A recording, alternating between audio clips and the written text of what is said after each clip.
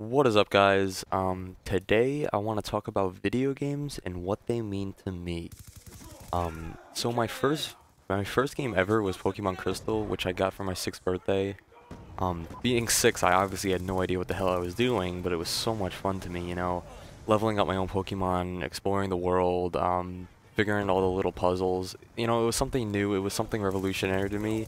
And most importantly, it got me interested in video games, which are now like a major part in my life.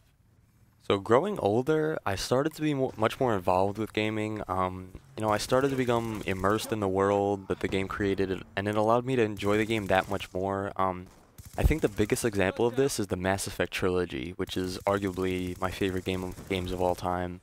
Um, I became like almost emotionally invested in it. The writers at BioWare created such a believable and interesting world that it's hard not to feel like you're living in it.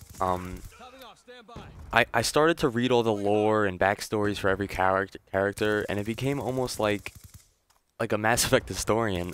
Without getting too sappy, when a character would die in the game, it felt almost real. Gaming for me is not just a hobby anymore. I guess I would consider myself a hardcore gamer. I play usually about 2 to 3 hours a day, whether it be COD or a new single-player game. Maybe it's because I have an addictive personality that I play so much, but it even shines through watching TV shows or listening to music. I'll find a new show I want to watch, like, Game of Thrones, and I'll just watch the whole show in a matter of a week. And similarly with music, I'll find a song I like and I'll just listen to it on repeat for a little bit. What I like so much about video games, though, which I'm sure a lot of you will agree with, is that they're an escape from reality. Whatever's going on in your life, whether it's a bad day at school, your boss is giving you a hard time, a death in the family, whatever. You just plop in your disc and all of a sudden, you're shooting zombies or saving the world or shooting fire out of your hands or whatever. It helps so much in numbing out the shitty stuff that's happening in your personal lives. Another thing that makes games so important to me is that you can play them by yourself. You don't need to gather up people to play like you would with a pickup game of basketball or baseball. You can do it in the comfort and solitude of your own room, and you could just enjoy them without any interference from other people. Like, there's so many things that I would like to do by myself, like maybe go to a movies or get dinner by myself, but they're frowned upon by society. I don't know about frowned upon, but like if someone sees you out at a dinner having dinner by yourself, they're gonna think you're weird. But like, it shouldn't be like that. You should be able to enjoy whatever you want without people judging you.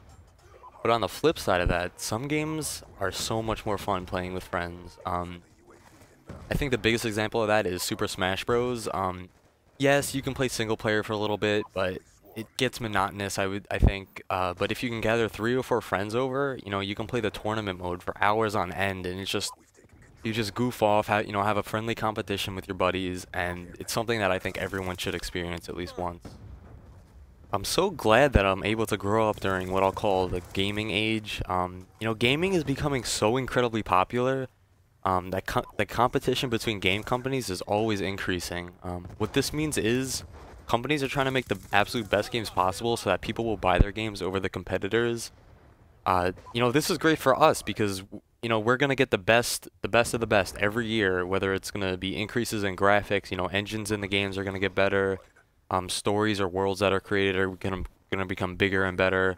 Um, you know, and people 20 years ago could never imagine the stuff that has been created today. There's motion sensors, there's freaking war simulators, real life animations.